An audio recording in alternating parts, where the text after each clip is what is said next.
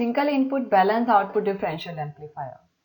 देखिए ये जो सर्किट है ये तो हम ऑलरेडी कर चुके हैं। आज हम इसमें बात कर रहे हैं सिंगल इनपुट यानी एक इनपुट बैलेंस आउटपुट, यानी जो आउटपुट आएगी दोनों कलेक्टर पे से आएगी। बैलेंस आउटपुट डिफरेंशियल एम्पलीफायर की एक इनपुट प्रोवाइड की जाएगी, यानी Q1 के बेस पे V1 से इनपुट प्रोवाइड की जाएगी, लेकिन Q2 पे कोई इनपुट प्रोवाइड नहीं की गई है, इनपुट वोल्टेज प्रोवाइड नहीं की गई।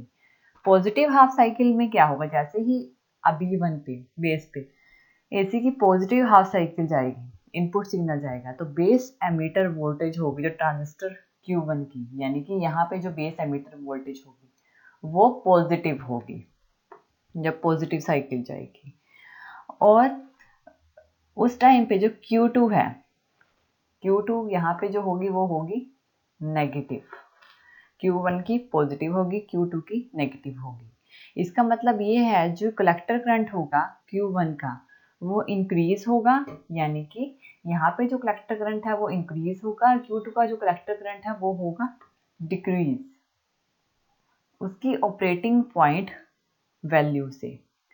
ये जो चेंज होगा कलेक्टर करंट में पॉजिटिव हाफ साइकिल में इनपुट सिग्नल में, ये हमारा इंडिकेट कर रहा है इसमें जो करंट है वो हमारा दोनों कलेक्टर से आउटपुट जो वोल्टेज है वो दोनों से आएगी। और नेगेटिव साइकिल में क्या होगा, ये प्रोसेस ऑपोजिट हो जाएगा। Q2 का जो बेस एमीटर वोल्टेज है वो इंक्रीज होगी, Q1 की डिक्रीज होना चाहिए, ऑपोजिट हो जाएगा ये प्रोसेस। ये है हमारा single input balance output differential amplifier. अब इसमें हम इसकी ईसी एनालिसिस करते हैं। जो इसकी डीसी एनालिसिस है वो कम्प्लीटली जैसे हमने पहले की थी उन्हीं की तरह ही है, कोई डिफरेंस नहीं है। अब हम इसकी एसी एनालिसिस करेंगे। देखिए ये इसका टी इक्विवेलेंट सर्किट है जिसमें एक इनपुट सप्लाई है, इनपुट वोल्टेज यहाँ से प्रोवाइड की गई है Q1 पे, लेकिन यहाँ पे कोई भी वोल्टेज प्रोवाइड नहीं की गई, और जो कलेक्टर करंट है वो दोनों का सेम डायरेक्शन में है। इस टाइम पे ये जो हमारे करंट है इसके अक्रॉस कलेक्टर 1 के अक्रॉस IC1 करंट फ्लो होगा, बेस के अक्रॉस IB1 करंट फ्लो होगा। ये रजिस्टर है जो कि एमीटर रजिस्टर है, यहाँ पे जो करंट होगा एमीटर रजिस्टर है, और ये कैपिटल RE रजिस्टर है, यहाँ पे जो करंट फ्लो होगा वो IE शो करेगा। अब इस टाइम पे देखिए ये जो करंट जा रहा है, ये करंट इस पॉइंट से यहाँ पे कलेक्टर 2 की तरफ भी जा रहा है और बेस 2 की तरफ इस तरह से जा रहा है, यानी कि यहाँ से जो करंट जाएगा वो एक तो ऐसी इस तरह से जाएगा और एक बेस 2 से इस तरह से जाएगा। ये इनकी डायरेक्शन है, क्योंकि एक ही इनपुट वोल्टेज है, दूसरी सप्लाई नहीं है। इसका जो वोल्टेज गेन हम इसमें कैलकुलेट करेंगे, ये शो करेगी हमारी इनपुट वोल्टेज, जो कि हम 1 इनपुट प्रोवाइड कर रहे हैं। ये शो कर रही है हमारी कलेक्टर 2 की वोल्टेज, यहाँ पे जो IC2 की वोल्टेज होगी, और जो हमारी आउटपुट वोल्टेज होगी वो VC2 माइनस VC1 जो कि इनके अक्रॉस ली जाएगी, इस पॉइंट से इस पॉइंट के बीच में ली जाएगी। ये होगी हमारी आउटपुट वोल्टेज, जो कि क्योंकि ये बैलेंस्ड आउटपुट है तो दोनों में जो डिफरेंस होगा वो हमारी आउटपुट पे आएगी। ये देखिए जब नेगेटिव हाफ साइकिल आएगी तो ये प्रोसेस ऑपोजिट हो जाता है, इसलिए ये वाली जो वेवफॉर्म होगी ये हमारी VC1 यानी कि कलेक्टर 1 की जो वोल्टेज है वो शो करेगी, क्योंकि ये प्रोसेस उसके बाद ऑपोजिट हो जाता है नेगेटिव हाफ साइकिल में। अब इसमें जो करंट फ्लो होगा, एक करंट यहाँ से फ्लो हो रहा है, यानी इस रजिस्टर से, फिर स्मॉल RE कैपिटल RE और फिर इस तरह से, ये फर्स्ट लूप है। और एक करंट इस तरह से फ्लो होगा, यहाँ से जाकर RE और इस तरह से एक करंट इस तरह से फ्लो होगा। ये दो लूप, ये हमारी सेकेंड लूप है। अब इन दोनों लूप्स के लिए हम किरचॉफ्स वोल्टेज लॉ अप्लाई करेंगे। सबसे पहले यहाँ से Vin minus Kirchhoff's voltage law first loop के लिए अप्लाई किया है, जो इस तरह से करंट फ्लो हो रहा है। Rin इसके करंट V1 करंट फ्लो हो रहा है माइनस RE IE1। अब यहाँ पे आएगा RE माइनस RE IE यानी स्मॉल I यहाँ पे करंट फ्लो होगा इज इक्वल टू 0। अब सेकेंड लूप के लिए किरचॉफ्स वोल्टेज लॉ अप्लाई करेंगे।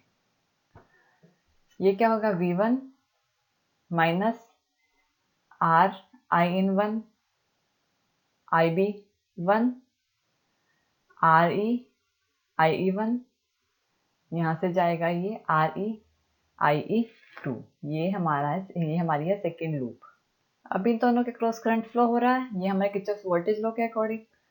अब इसमें जो IB1 होता है, IB1 वो इज इक्वल टू होता है I1 upon beta AC, beta current factor को शो करता है। और जो यहाँ पे IB1 की हम वैल्यू पुट कर देंगे, और जो IB2 होता है वो होता है IE2 अपॉन बीटा AC के। देखिए IB2 की तो इसमें ज़रूरत ही नहीं है, हमने IB1 की वैल्यू पुट करेंगे दोनों इक्वेशंस में।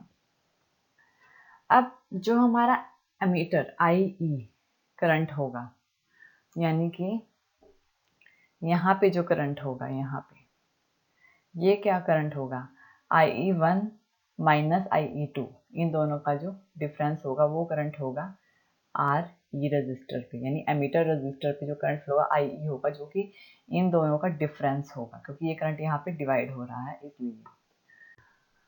अब यहाँ पे हमने दोनों में वैल्यू पुट की IB1 की, दोनों इक्वेशंस में वैल्यू पुट करने के बाद ये जो R इन 1 और बीटा AC है, और ये दोनों क्या होते हैं, इन दोनों को हम नेग्लेक्ट कर देते हैं, क्योंकि इनकी जो वैल्यू होती है बहुत स्मॉल होती है, इसलिए इनको नेग्लेक्ट कर देते हैं स्मॉल वैल्यू की वजह से।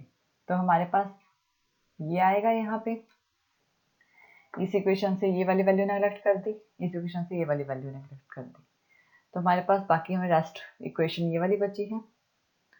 अब इसमें इस इक्वेशन को हम इस तरह से लिख सकते हैं, देखिए वोल्टेज के इक्वल V इन को हम इधर ले गए दूसरी साइड इज इक्वल टू पे, और बाकी इक्वेशंस को इज इक्वल टू के दूसरी साइड ले गए। V in is equal to, इसको हम R प्लस माइनस है तो प्लस हो जाएगा, plus IE1 plus RE IE1 plus RE IE1 minus IE2। Same equation इसके लिए हमने पुट की है। अब ये जो हमारे पास इक्वेशन आई है, इसमें से हम IE1 और IE2 की वैल्यू निकालेंगे। देखिए इसमें से सबसे पहले इसको अंदर मल्टीप्लाई कर लिया RE को, और फिर इन 3 में से IE1 को कॉमन ले लिया, स्मॉल IE1 को, और अंदर क्या बचेगा RE plus capital RE minus और RE IE2 ये बचेगा इज इक्वल टू V1 के। सेम इसमें हमने IE2 को कॉमन ले लिया यहाँ से, RE IE2, और यहाँ पे बचा है RE IE1 is equal to V इनके। इन दोनों में से इनमें हम क्या करेंगे, अब क्रैमर रूल अप्लाई करके IE1 और IE2 की वैल्यू निकालेंगे। क्रैमर रूल जो कि हम पहले भी कर चुके हैं, इसको हमने x मान लेते हैं, इसको y मान लेते हैं, इसको z मान लेते हैं। सबसे पहले IE1 यानी इसको निकाल लेंगे। यहाँ पे क्या लिखेंगे, हम पहले हम डिफ्रेंशिएट करेंगे, z को पहले z लिखेंगे V इन, फिर minus RE plus RE small RE, इसकी वैल्यू हम निकाल रहे हैं, ये IE2 नहीं लिखना है। z की रो सॉरी z का कॉलम एंड y का कॉलम, यानी ये और फिर ये, अपॉन में x का column RE plus RE upon, यानी RE इनको डिफ्रेंशिएट, और y का कॉलम RE माइनस RE और ये प्लस RE। ये IE1 की वैल्यू यहाँ से कैलकुलेट करेंगे, और सेम इसी तरह से यहाँ से हम IE2 की वैल्यू पुट करेंगे, यानी कि वैल्यू कैलकुलेट करेंगे। ये क्या आएगा, x का कॉलम z का कॉलम अपॉन अगेन x का कॉलम और y का कॉलम, और इनको क्रॉस मल्टीप्लाई करेंगे। देखिए सबसे पहले इसको ऊपर से नीचे की तरफ V इन इंटू RE, और फिर नीचे से ऊपर की तरफ अब जब नीचे से ऊपर की तरफ मल्टीप्लाई करते हैं तो बीच में नेगेटिव आता है और ये भी नेगेटिव है, नेगेटिव नेगेटिव नेगेटिव पॉजिटिव हो जाएंगे, plus are E into V E. Same इसको भी इसी तरह से ही यहाँ से हम ये हमारे पास आई ई 1 की वैल्यू आ जाएगी, यहाँ से इन दोनों क्रॉस मल्टीप्लाई इनको क्रॉस मल्टीप्लाई करके यहाँ से हमारे पास आई ई 2 की वैल्यू आ जाएगी। अब इसमें से वी इन कॉमन ले लिया यहाँ से, और इस इक्वेशन को भी हम इस तरह से लिख सकते हैं, स्मॉल आर ई ब्रैकेट में आर ई प्लस 2 आर ई, इसको हम मल्टीप्लाई करके इसमें से स्मॉल आर ई को कॉमन ले लेंगे, यानी कि ये 3 इक्वेशंस हो जाएंगी ना, तीनों में से स्मॉल आर ई को कॉमन ले लेंगे तो हमारे पास क्या बचेगा, small are E plus 2 R E, ये बचेगा। सेम इस इक्वेशन को भी हम इसी तरह लिखेंगे, R E into V in upon R E bracket में R E plus 2 R E, ये आ जाएगा हमारे पास, आई ई 1 और आई ई 2 की वैल्यू आ जाएगी। अब हमारी जो आउटपुट वोल्टेज होगी वो होगी V output voltage equal to VC2 minus VC1, और जो VC2 है वो इज इक्वल टू होगी RC IC2 minus RC IC1 के इक्वल। अब यहाँ से VC2 की और VC1 की वैल्यूज पुट किए हैं हमने।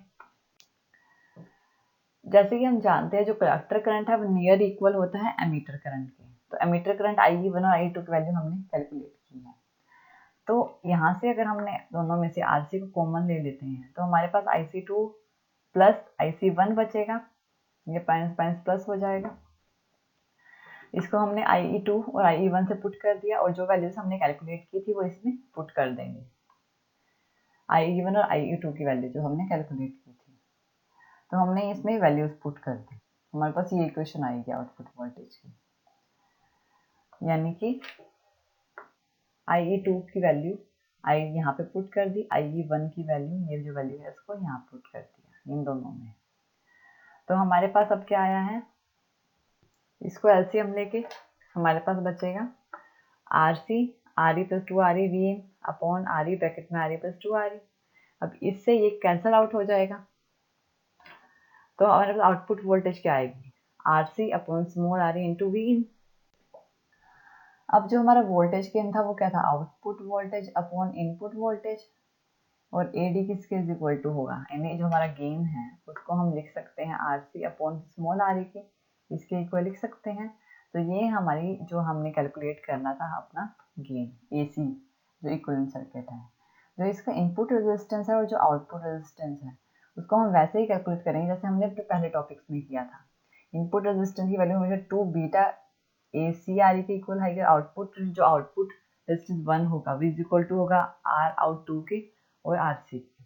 ये इसकी कैलकुलेशन भी वैसे DC analysis input resistor output resistance same रहेगी, उनकी कैलकुलेशन जैसे पहले टॉपिक्स में की है। Thank you for watching this video. More और ज़्यादा वीडियो के लिए आप हमारे चैनल लर्न एंड ग्रो पे सब्सक्राइब कर सकते हैं।